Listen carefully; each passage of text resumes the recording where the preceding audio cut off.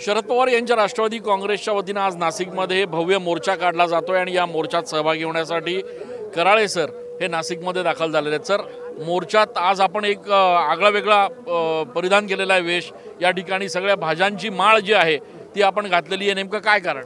हे देवाभाऊनं आमच्या हातात गांजर दिलेला आहे। गांजर इलेक्शनच्या अगोदर लंबाल्या फोकनाड्यात आणल्या प्रचार सभेत, शेतकऱ्याला कर्जमाफी देऊ आणि बोमलला 3 वेळा देऊ, शेतकऱ्याला कर्ज 7-12 कोरा करू कोरा करू कोरा करू, घंट्यानं अजून 7-12 कोरा नाही केला।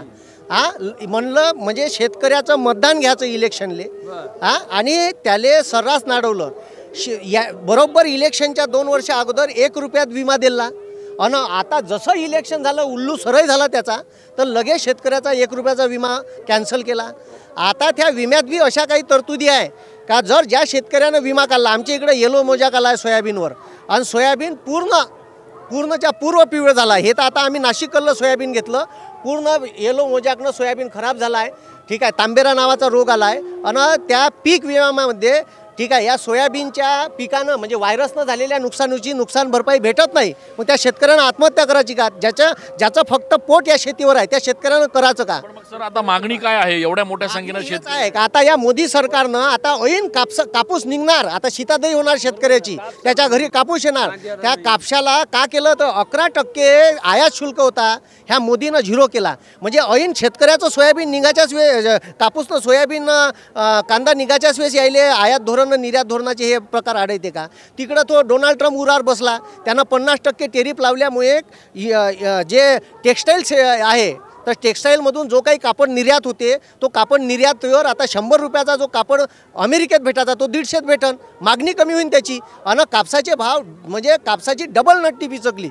आणि आता प्रचंड पाऊस आहे विदर्भात, महाराष्ट्रात, सर्व सोयाबीन कापूस पूर्ण पीक खराब झाला आहे।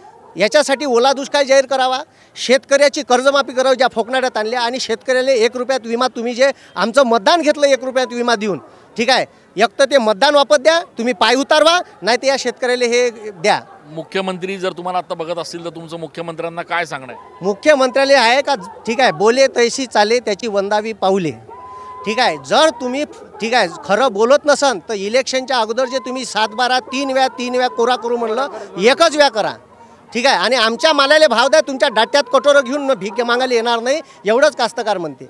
आपण बघतोय की या ठिकाणी कराळे सर देखील या संपूर्ण मोर्चात सहभागी झालेले आहेत। मोठ्या संख्येनं सगळे शेतकरी या ठिकाणी सहभागी झाले आहेत आणि स्वतः शरद पवार यांच्या नेतृत्वात नाशिकमधनं हा मोर्चा आता मार्गस्थ होणार आहे। कॅमेरा पर्सन आकाश येवलेसह मी चंदन पूजाधिकारी, TV9 मराठी।